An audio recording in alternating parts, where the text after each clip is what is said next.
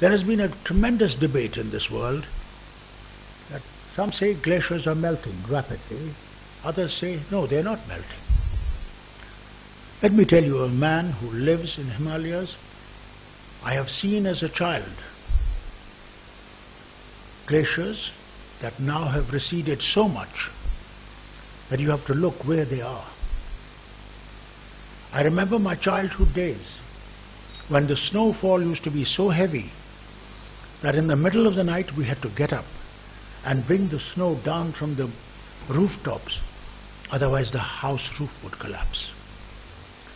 The icicles were so long that I used to eat them, and I used to have throat trouble all the time and get beating from my father. Why do you eat icicles? Today, I do not see that snow. I do not see those icicles. So there is a change in the environment. We notice in India areas which get flooded. When we should have no rains, we have rains. There are areas that are totally dry. So these are the tragedies that we face. And the world is waking up to it. Thank God, better late than never. So wind energy is one thing we would like to use, and I'm glad I saw today what Dr. Natarajan showed me is the windmill that they are working on. I think this project should be boosted up, and my ministry will try and help as much as possible so this can be done. Because we need to do these things. We need to improve, not only for ourselves, for our nation, but for the world. Please remember, this world is a very small world. I remember when the oil fields in Kuwait were burning, and I saw for the first time black snow in Kashmir. And there was a old saying that when you see black snow, it will be the end of the world. I had never thought in my lifetime I would see black snow. Showed how near we are to each other, only we don't realize. So whatever research you do not have only the idea that you're doing research for India. Remember, you're doing research for this world in which we all either live happily, comfortably, with a better environment, or die with everybody else. Nobody is going to survive. We all have to live together, and therefore your research must be world-oriented. That is what this institution should be. And third, energy that we should work on is, up to this time, I said to you, PV we have enough. But solar thermal, we haven't got anything.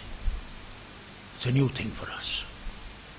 So in these first 3 years, it's vitally important for us that we develop this solar thermal also in our nation. Because finally what we need is Indian technology, Indianization as much as possible, because it will become cheaper. But does not stop us getting technology from other parts of the world.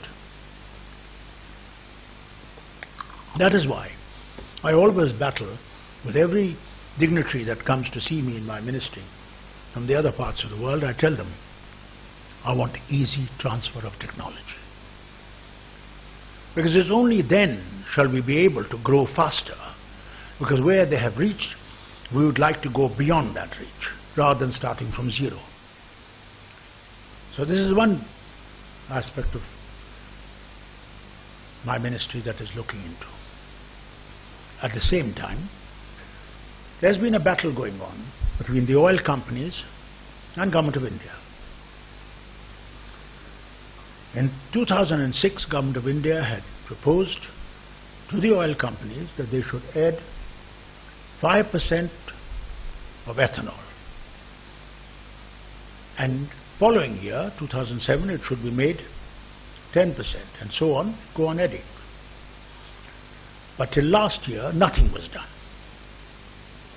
Then last year, Government of India took this view very forcefully that if you do not add 5% this year and 10% next year and so on, every oil company will be taxed so heavily or will be punished so heavily that they will probably go out of business. I'm glad I saw today here combination of those three things that you told me about. Good exercise, yes. I think not a bad idea.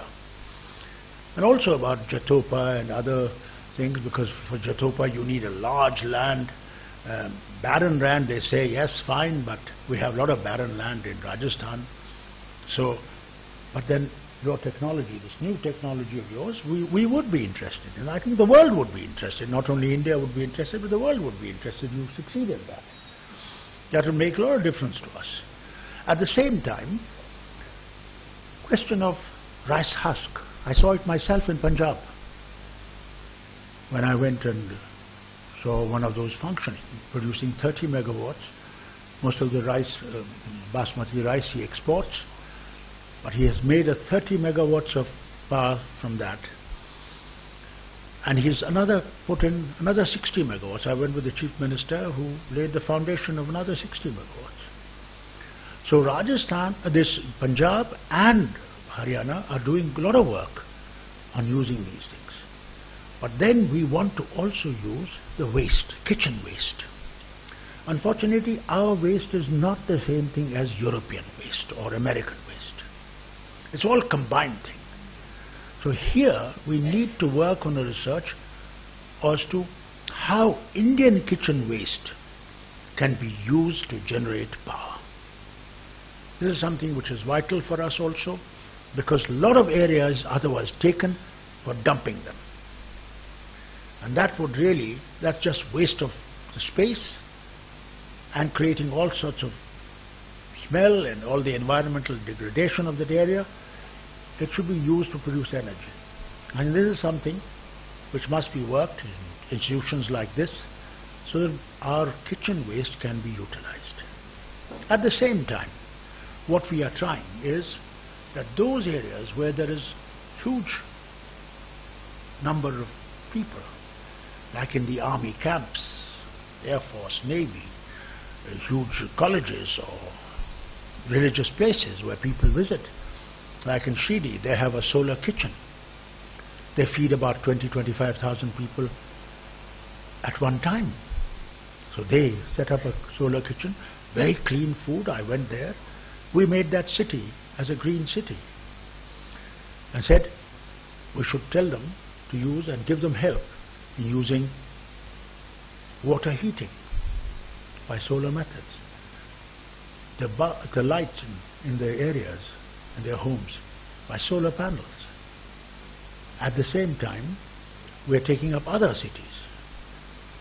Now, Japanese are making a road to Delhi to Mumbai, and on this road we hope to have a city which will be a totally green city. So almost the buildings will be green. I wish the new buildings